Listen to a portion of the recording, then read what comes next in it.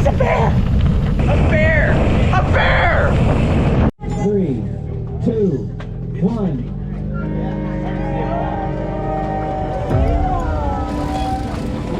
102 miles of Floyd County, fabulous gravel out there today. Go, go, go, go. Welcome back to the Drew Dillman YouTube channel. We're at the Appalachian Journey, or Appalachian Journey, in Floyd, Virginia. Now, I could have lived in Virginia. Like, I would not have been upset had I grown up in Virginia. Virginia has, like, everything that Kentucky has, but, like, more of it and better of it. Like, good country roads, a lot more dirt and gravel roads, good country people, and just beautiful mountains. It was awesome.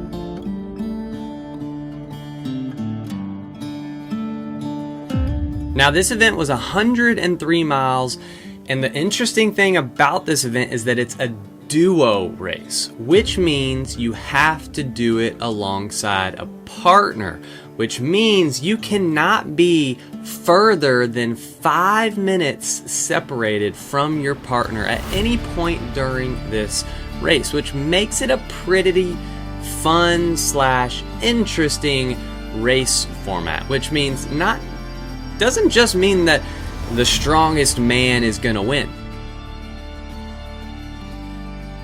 How's it feel to have Dizzle on your wheel? I ain't pulling, dude. I'm staying back here all day.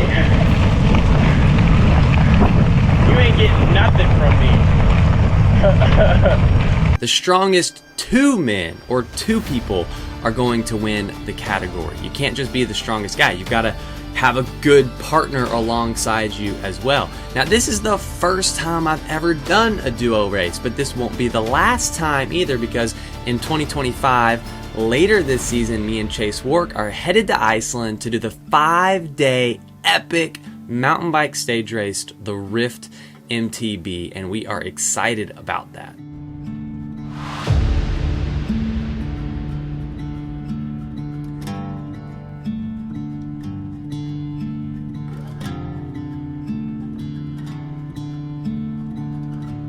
Right here, I tried doing a little wheelie in front of Bruce Buckley, the photographer.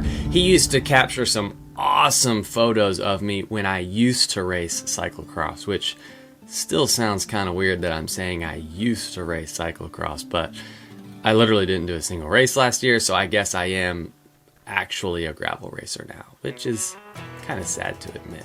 Dude, who's your partner? Is it DJ Dylan Johnson? Is it your teammate Chase Wark? Hey, is it Kyle Trudeau? Because you know how awesome that would be. And those are all good guesses, and those 3 guys would be good partners for a race like this. But no, the partner that I had for this race was a 17-year-old shredder that I've been coaching for a little over a year now, who's fully in on gravel racing. His name's Job Hutchinson. You can follow him at job.rides.bikes on both Instagram and YouTube, I believe. And this kid is awesome. And his teammate 2 weeks ago bailed on him, and so he wasn't going to get to race without a partner. And so I was grateful to have the opportunity to step up to the plate and fill in as his partner for this race, which was a ton of fun, and I'm glad I did it. It was fun to watch the different teams and different comparisons between the 2 riders. Like, for example, we saw these 2 guys in a brown jersey that were teammates, and one of the guys would drop his teammate on the climb, so obviously a better climber, but then shortly on the next descent, his teammate would catch and pass him on the descent. And we watched this happen multiple times, which was kind of fun.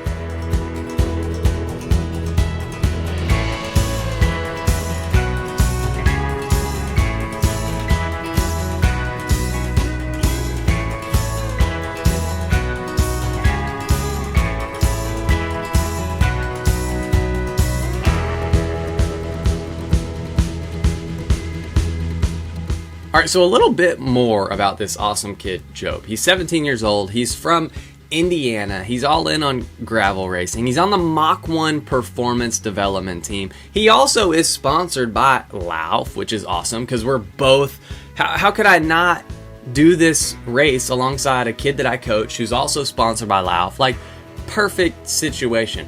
But the coolest thing about this is that Job is a serious Christian. I mean, you don't find that often, a 17-year-old that's this serious about his faith, which is one of the most exciting things and gets me the most excited about working with Job as his coach, because I not only get to develop him on the athletic, physical side of things, I also get to pour into him as a mentor, as a older, wiser, maybe not so much, Christian. Which is cool. I've wanted God to use me in this way. In fact, me and Job and a few other guys have been doing a Bible study for nearly a year now, just walking through the book of John every single week. We do this Bible study. So it's been really cool, and I'm extremely grateful, and I pray that God is using me in this way to be a good mentor to Job, not only on the physical side of things, but also on the spiritual side of things.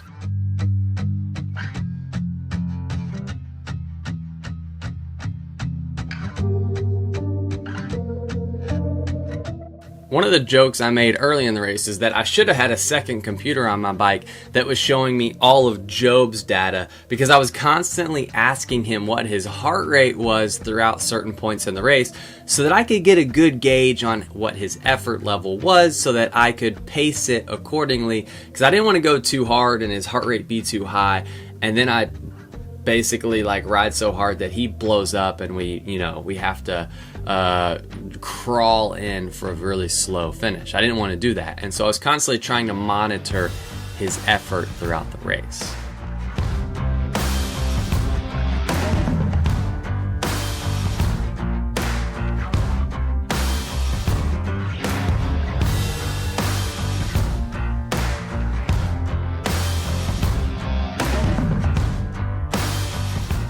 We went into this race with a few specific strategies to maximize our performance and our finish time. The first of which would be drafting. Now, obviously, drafting is a huge advantage. So, with me being the stronger rider, we had said that Job would draft me throughout the entire race. However, one massive caveat. This race had about 11,000 feet of climbing, and drafting pretty much gets thrown out the window when there's that much climbing. There were a lot of parts of the race where he could draft, but there was a ton of parts of the course where he could not draft. So instead of me pulling on the climbs, which would be basically useless for him, I would ride most of the time alongside him or just slightly ahead of him, so that I didn't push him beyond his preferred pace on those climbs.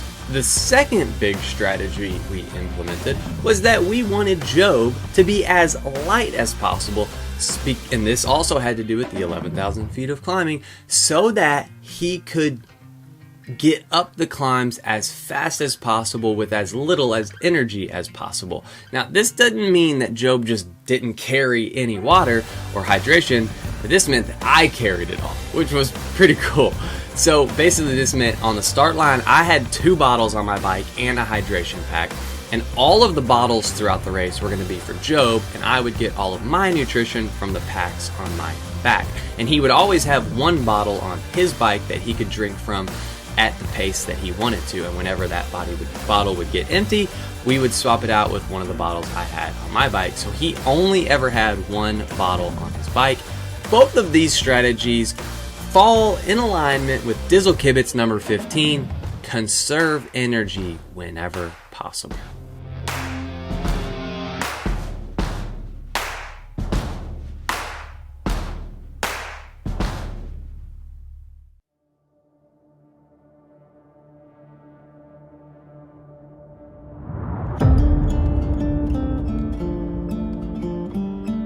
So throughout this race, my fueling strategy consisted of 2 2-liter packs, both filled with 300 grams of carbs via GOODLIFE Carbs Mix, rainbow candy flavor. I also had 2 snack-sized servings of fig bars and a Z-bar and a handful of random food at an aid, including a cup of Coke, which was probably altogether somewhere between 40 and 50 grams of carbs. And this put my total carbs at 740 grams, or about 105 per hour.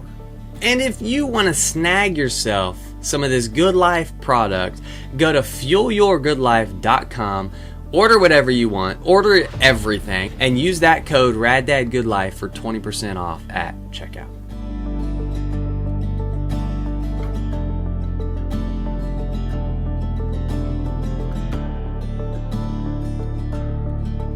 The day before the race, my wife CJ had texted me a picture of this Amazon product. I don't even know what you call this thing, which would have been useful in 2 ways. I could have literally strapped it to Job's handlebars and literally towed him along for the entirety of the race.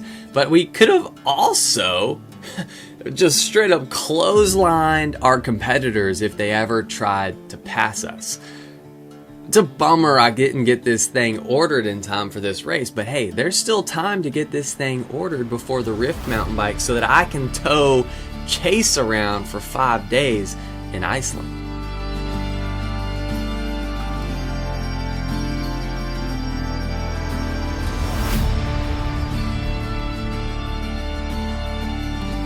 Job's parents were awesome, just super supportive of Job's goals on the bike, and that was evident by the amount of support and cheering that they showed both of us throughout the race. They must have been on course at 20 different points throughout this 100-mile race, 7 hours. We must have saw them at least 20 times.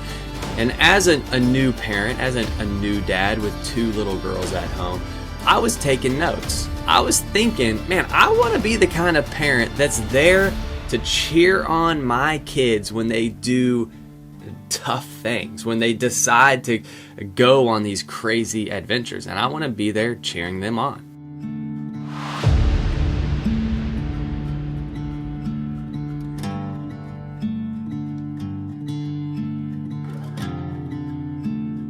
Now, because this race was a duo, I figured that it would be more interesting if I share both my data and Job's data, not to compare mine and his datas necessarily, but also just to point out how strong and gritty this kid actually is.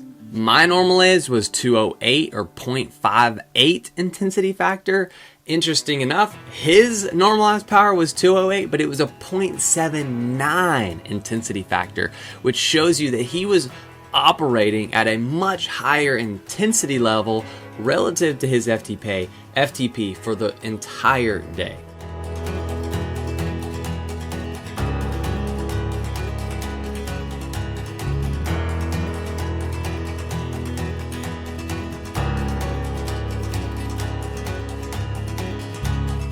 My TSS, 271. Job's TSS, 425. My average heart rate, 131. Job's average heart rate, 157. Oh my gosh! That was a bear! My camera wasn't on. A bear! A bear! That was awesome. I'm telling everybody, we just saw a bear back there.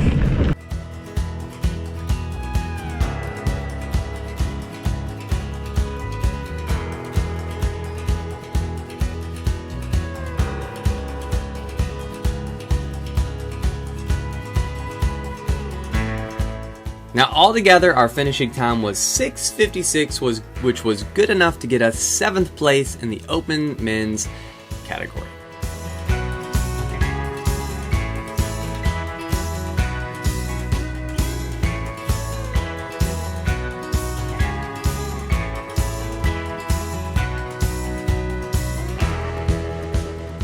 Now look, I'm not going to beat around the bush. This wasn't an extremely hard day on the bike like I normally experience in most of these races, where I'm getting dropped or I'm bonking or I'm just bleeding out of my eyes to finish these races, which is how I feel in most of the races that I do nowadays.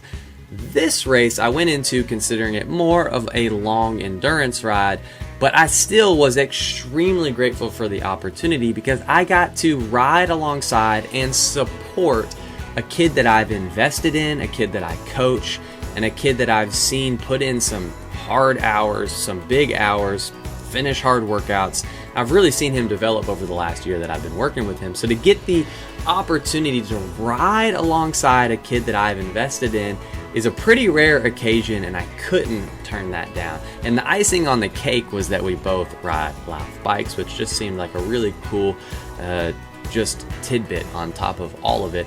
And let's be honest, the reason that we do this is so that we can have fun with other people. I mean, life is more enjoyable when you do fun things with people you like, which is exactly what Dizzle Kibitz number 3 says. Do stuff with people you like.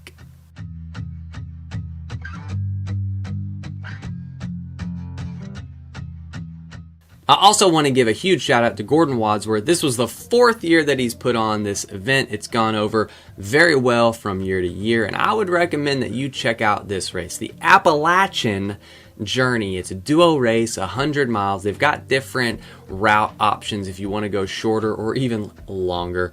But Gordon is an awesome guy that I've known for a long time. Me and him go way back to racing 100-mile mountain bike races when I first got into all this stuff, like 6 or 7, 8 years ago. So awesome job, Gordon. Keep up the good work. That's all I've got for this video. I'll see you guys in the next one. All right, what do you got to say about your event?